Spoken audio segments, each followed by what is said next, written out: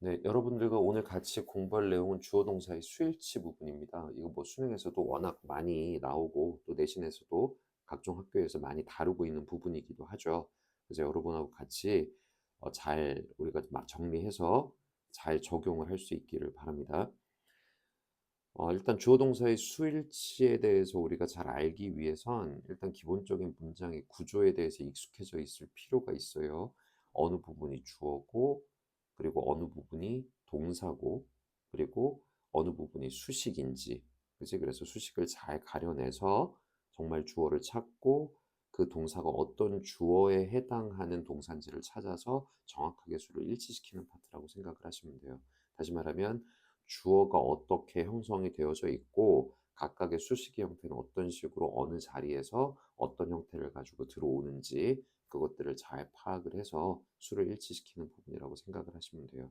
그러니까 구조 파악이라는 부분이 가장 많이 적용되는 부분이기 때문에 워낙 시험에서도 많이 다루어지는 부분이기도 합니다. 그러면 우리 같이 한번 살펴보도록 하죠. 선생님이 이제 교재를 만들 때 요거는 패턴 위주로 조금 정리를 해놨으니까 이런 패턴들에 조금 익숙해지는 게 좋을 거라고 생각을 해요. 네. 그래서 제일 첫 번째가 수식 어구나 절이 주어와 동사 사이에 있을 때를 이야기하는 거예요. 그러니까 제일 먼저 여기에 주어가 들어와 있고, 그러니까 문장 처음 시작하는데 명사가 나와 있겠죠. 그리고 이 명사의 수가 단수 명사일 수도 있고, 아니면 복수 명사일 수도 있을 거야. 그죠? 그리고 나서 뒤에 바로 동사가 이어져 나오는 게 아니라 주어하고 동사 사이에 이렇게 뭔가의 형태가 배를 갈라놓은 거지. 그래서 주어 동사가 분리됐기 때문에 우리가 여기에 들어가 있는 이 부분을 수식이라고 이야기를 하거든요. 그래서 이게 구나 절의 형태가 들어가 있을 수 있고 이 부분을 우리가 골라서 잘 벗겨내 줘야 이 주어가 이 동사와 연결이 돼 있구나라는 그 관계를 알 수 있게 되는 거라고. 그럼 일단 제일 먼저 우리가 구와 절이라는 부분에 대한 형태에 대해서 먼저 좀 익숙해질 필요가 있다고요. 오케이? 그래서 생각을 한번 해봅시다, 여러분. 일단 기본적으로 명사랑 관련돼 있는 모든 영어의 품사는 형용사예요. 형용사. 오케이? 그래서 형용사가 기본적으로 한 단어의 경우일 때는 보통 일반적으로 영어에서 앞에서 뒤로 명사를 수식하게 되지. 뭐 우리가 예를 들어서 아름다운 집이다 그러면 a beautiful house. 자, 이렇게 돼서 한 단어의 형용사가 이렇게 명사를 꾸민단 말이야. 그지? 근데 품사를 가질 수 있는 어떤 이 형태가 단어만 있는 게 아니라 영어에서는 구와 절의 형태가 있다고. 그러니까 즉 다시 말하면 덩어리들이 우리가 뭐 선생님이 쉽게 이 덩어리를 그러니까 이 구와 절을 덩어리라고 이야기를 하는데 한 덩어리가 마찬가지로 형용사의 기능을 할 수 있어요. 단 덩어리의 형태가 형용사로 쓰여져 있는 경우에는 이 명사를 앞에서 뒤로 이렇게 수식을 하는 게 아니라 뒤에서 앞쪽으로 명사를 수식을 하게 돼요. 즉 구와 절이 즉 덩어리가 뒤에서 앞으로 명사를 꾸밀 때 얘는 형용사적 속성을 갖고 있어서 우리가 이걸 갖다가 형태에 따라 형용사 구 혹은 형용사 절 이렇게 이야기하기도 하는 거예요. 이해되나요? 자, 그러면 결국 주어하고 동사 사이에 가장 우리가 쉽게 생각할 수 있는 요 사이에 들어올 수 있는 형태가 이 앞에 있는 주어 자리에 있는 명사를 수식하는 형용사 구와 형용사 절의 형태라고 할 수 있어요. 그러니까 여러분이 기본적으로 문법을 할 때 가장 중요한 건 이렇게 생각을 하시면 돼. 어떤 형태가 어떤 자리에서 어떤 기능을 하는가. 자, 여기서 형태라는 거는 뭐 쉽게 이야기하면 단어가 될 수도 있고 구가 될 수도 있고 절의 형태가 될 수도 있고 그게 어떤 자리라는 거는 결국에 자리 그러면은 성분을 이야기해서 주어, 목적어, 보어, 수식을 이야기하는 거고 기능이라는 것은 품사를 이야기하는 거예요. 이렇게. 오케이? 그러면 우리가 생각을 해보자고요. 여기에 명사가 있어. 그 다음에 여기에 어떤 덩어리가 들어왔어요. 이렇게. 오케이? 근데 여기에 만약에 ing 뭐 이런 형태로 시작하는 덩어리가 들어왔다고 쳐보자고. 오케이? 그러면 ing의 형태를 가지고 들어온 덩어리가, 다시 말하면 구가 지금 명사 뒤에서 앞에 있는 명사를 꾸며주고 있는 기능을 해. 그럼 얘는 결국에 ing 덩어리가 결국 수식을 하는 형태인데, 뭐를 수식하냐면 명사를 수식하는 형태로 들어왔기 때문에 우리는 얘를 형용사 구 이렇게 이야기를 하는 거야. 오케이? 그럼 예를 들어서 주어 뒤에서 뭐 which 같은 게 연결시킨 절의 형태가 들어와 있어. 이렇게 동사를 가지고 있으면 절이니까. 오케이? 이제 which가 연결한 절의 형태가 들어와 있어. 그래서 앞에 있는 이렇게 명사를 꾸미고 있어. 그러면 우리가 쉽게 이야기를 하면 which가 연결한 절 덩어리가 앞에 있는 명사를 수식하는 결국 형용사 절인 거지. 오케이? 무슨 말인지 이해되니? 오케이. 그러면 각각의 어떤 형태들, 어떤 모습을 가진 형용사 구와 형용사 절이 이 자리에 들어올 수 있는지를 우리가 한번 살펴보도록 하자고요. 오케이? 자, 형용사 구의 형태에는 어떤 게 있냐면 대표적으로 바로 첫 번째가 전치사 구가 있어요. 즉 전치사와 명사가 결합된 형태가 있을 수 있고, 두 번째는 준동사구라고 이야기를 하는 것들이 있을 수 있는데, 즉 동사에서 나왔지만 더 이상 동사가 아닌 다른 품사 역할을 할 수 있는 것들을 이야기해. 대표적으로 우리가 많이 들어봤겠지만 뭐 투부정사구, 동명사구, 분사구 이런 것들이 있단 말이야. 근데 이 중에서 형용사의 기능을 할 수 있는 준동사구에는 투부정사구와 분사구가 있는 거야. 동명사구는 말 그대로 동사가 명사가 된 거니까. 오케이? 이렇게 있을 수가 있어요. 그리고 이제 세 번째가 정말로 형용사라는 단어로부터 시작해서 만들어지는 덩어리도 있어요. 근데 뭐 대표적으로 이렇게 되면 형용사 플러스 전치사구가 합쳐져서 덩어리가 된다든가, 형용사 플러스 투부정사구가 합쳐져서 덩어리가 된다던가, 이런 형태들을 여러분들이 흔하게 볼 수 있는 거야. 기본적으로 여러분이 해야 되는 거는 이런 형태들은 익히시는 거야. 그리고 각각이 이제 문장에서 어떤 식으로 기능을 하는가라는 것들은 익히는 게 아니라 이해를 하시는 거고요. 그러니까 기본적으로 형태들은 꼭 익혀주시기 바랍니다. 오케이? 그래서 형용사 구에는 전치사구, 준동사구, 그 다음에 형용사 플러스 전치사구나 형용사 플러스 투부정사구, 이런 형태들이 나올 수 있는 거야. 그래서 이런 형태들이 주어, 명사 다음에 나와서 명사를 꾸밀 수 있는 형태로 들어올 수 있어요. 이렇게. 오케이? 그 다음에 형용사 절에는 어떤 형태가 있느냐?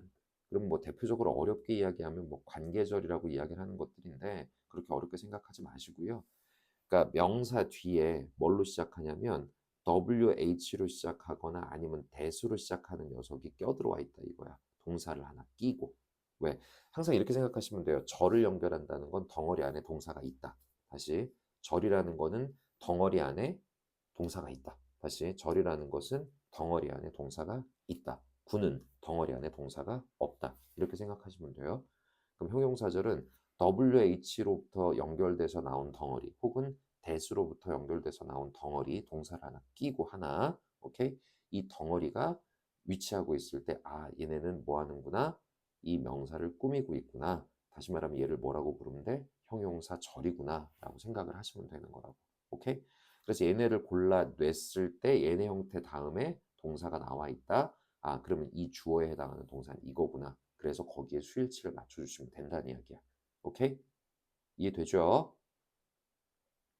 여기에 동격명사절이라고 이야기를 했는데, 이게 마지막으로 들어올 수 있는 형태인데, 이거는 뭐냐면 앞에 주어가 명사인데 뒤에서 예를 들어서 이렇게 뭐 대시나 WH로 시작하는 녀석이 요 뒤에 따라 들어왔는데, 요번에는 기능 자체가 꾸미는 게 아니라 이 명사에 대한 구체적인 설명을 해주는 동격 관계인 경우를 이야기합니다. 이렇게.